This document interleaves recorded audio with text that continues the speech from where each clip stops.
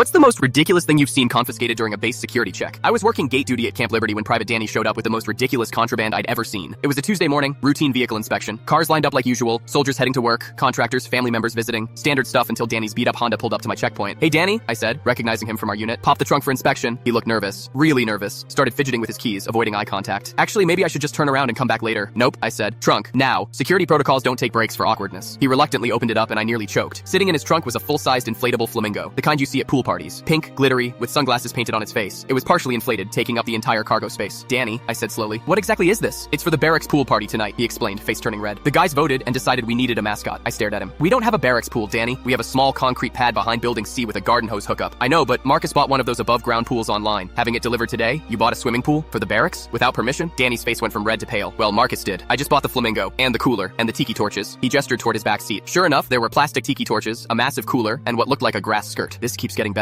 I muttered. My supervisor, Sergeant Williams, walked over to see what was taking so long. "What's the holdup?" I pointed to the trunk. "Danny here is apparently starting a tropical resort behind the barracks." Williams looked at the flamingo, then at Danny, then back at the flamingo. "Son, are you planning to smuggle pool equipment onto a military installation?" "It's not smuggling," Danny protested. "It's morale building. The first sergeant said we needed more unit activities. Beach party seemed like a good idea." Williams started laughing. A beach party in Kansas, at a military base, with no beach, and definitely no swimming pools. By now, other guards had gathered around. Everyone wanted to see the contraband flamingo. Danny was getting more embarrassed by the minute. "Look," he said desperately, "I already spent $200 on this stuff. Can't we just pretend you didn't see it?" Williams shook his head. "Afraid not, Danny. Unauthorized recreational equipment, against base regulations. But here's what we're going to do. The flamingo stays here until you get proper approval for your pool party. You want to throw a party? Go through the right channels, request a permit from base recreation services, get approval from your chain of command, coordinate with facilities management for water access, do it right, and maybe you can have your tropical paradise." Danny looked defeated. "How long does that take?" "Usually about 2 weeks," Williams said, "but I'll make some calls. Speed things up for someone showing this much initiative." 3 days later, I'm back on gate duty when Danny shows up again. Same nervous expression, but this time he's carrying official paperwork. "Permit approved. Pool party authorized for this Saturday." The flamingo lived in our security office for those 3 days, becoming something of a mascot. Other guards would pose for pictures with it. Someone named it Sergeant Major Flamingo. Saturday rolled around and half the base showed up to Danny's pool party. The tiny above-ground pool was barely big enough for 4 people, but everyone had a blast. The flamingo floated majestically in the center, wearing someone's spare patrol cap. The base commander even stopped by, took a picture with Sergeant Major Flamingo and posted it on the official base social media. Caption read, "Innovation and morale at their finest." Danny got promoted 6 months later. The flamingo still appears at every unit function, carefully transported in an official military case labeled Mission Critical Morale Equipment. Last month, they ordered 5 more flamingos. Apparently, other units were requesting their own tropical mascots. Danny now runs the base recreation committee and his pool parties are legendary across 3 states.